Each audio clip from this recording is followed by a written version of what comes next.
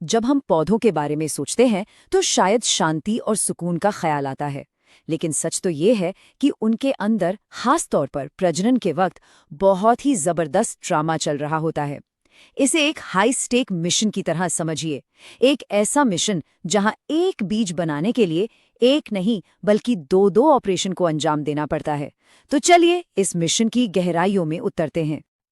ये सवाल तो दिमाग में आता ही है कि आखिर ये सब होता कैसे है। हम सबने परागण के बारे में तो सुना है, पर एक ही बीज के लिए 2 बार फर्टिलाइजेशन, ये कुछ अजीब नहीं लगता? यही वो राज है जिसे आज हम खोलने वाले हैं।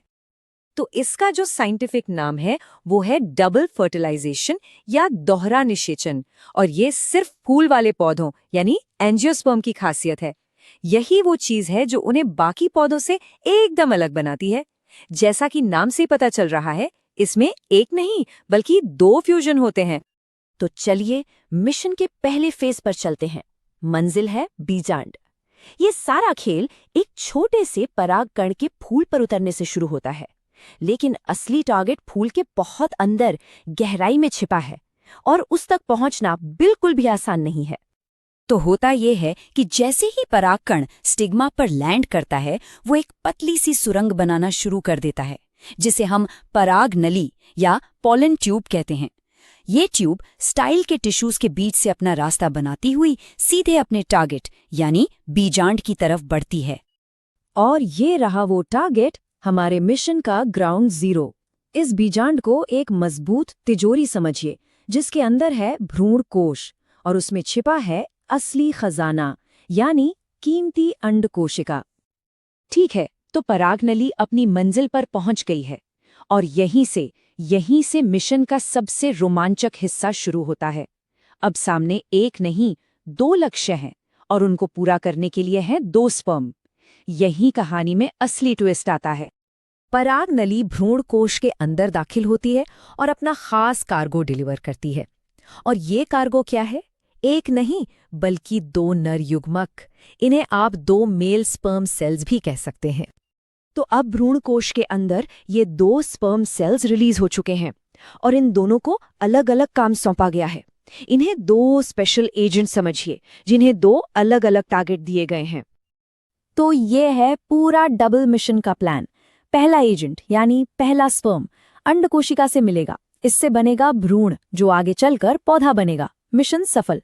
दूसरा एजेंट यानी दूसरा स्पर्म केंद्रीय कोशिका से मिलेगा, और इसका काम है उस भ्रूण के लिए भोजन तैयार करना, एक तरह से उसका लंच बॉक्स। तो जब दोनों मिशन कामयाब हो गए तो नतीजा क्या निकला?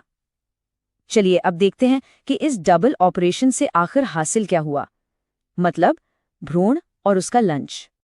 तो पहला फ्यूजन, जिसे सिनगैमी कहते हैं, वो काफी सीधा साधा है। एक नर युग्मक और एक मादा युग्मक यानी अंड कोशिका आपस में मिलते हैं और जाइगोट बनाते हैं। यही वो पहली सेल है जिससे पूरा का पूरा नया पौधा तैयार होगा। और इसका जेनेटिक हिसाब भी सिंपल है। क्रोमोसोम का एक सेट नर से आया, एक सेट मादा से, और नतीजा एक डिप्लॉइड या द्विगुणित जाइगोट। इसमें दोनों पेरेंट्स के गुण मौजूद होते हैं। अब आता है दूसरा और ज्यादा अनोखा फ्यूजन। इसे कहते हैं ट्रिपल फ्यूजन। इसमें जो दूसरा नर युग्मक था वो भ्रूण कोश के बीच में मौजूद एक खास सेल से मिलता है, जिसके पास पहले से ही 2 न्यूक्लियस होते हैं। यहाँ पर जेनेटिक्स और भी मजेदार हो जाती है। सोचिए, एक नर युग्मक का न्यूक्लियस और सेंट्रल सेल के 2 न्यूक्लियस, ये तीनों मिलकर एक ट्रिप्लॉइड या त्रिगुणित स्ट्रक्चर बनाते हैं। ये प्रकृति में बहुत खास है, और यही आगे चलकर एंडोस्पर्म या भ्रूणपोष बनता है। तो इस पूरी प्रक्रिया का इनाम क्या है? बहुत सिंपल। जाइगोट से बनता है भ्रूण यानी नन्हा सा पौधा, और एंडोस्पर्म से बनता है उस भ्रूण के लिए खाना। कह सकते हैं कि उसके शुरुआती विकास के लिए एक पैक्ड लंच बॉक्स। आखिर में ये पूरी जटिल प्रक्रिया एक ही चीज के लिए हो रही है, एक परफेक्ट सर्वाइवल पैकेज तैयार करने के लिए। और वो पैकेज क्या है? एक बीज जो एक नई पीढ़ी को शुरू करने के लिए पूरी तरह से तैयार है। तो इस पूरे ड्रामे का, इस पूरे मिशन का अंतिम लक्ष्य सिर्फ एक ही है, एक बीज बनाना। एक ऐसा बीज जो पूरी तरह से आत्मनिर्भर हो। हर बीज अपने आप में एक परफेक्ट पैकेज है। बाहर एक मजबूत सुरक्षा कवच है जिसे सीड कोट कहते हैं। अंदर एक छोटा सा पौधा यानी भ्रूण है जो बस उगने का इंतजार कर रहा है, और उसके साथ है उसका अपना खाना, एंडोस्पर्म। और सबसे कमाल की बात तो ये है कि पौधा ये जो खाने का पैकेट है, ये एंडोस्पर्म इसे तभी बनाता है जब उसे पक्का हो जाता है कि भ्रूण बन गया है। ये प्रकृति की एफिशिएंसी का एक बेहतरीन उदाहरण है, ऊर्जा की जरा सी भी बर्बादी नहीं। ये इतनी सटीक और कुशल प्रक्रिया सोचने पर मजबूर कर देती है कि शायद इसी एक छोटे से विकासवादी कदम ने फूल वाले पौधों को पूरी दुनिया में इतना सफल बना दिया कि आज वो हर जगह हावी हैं।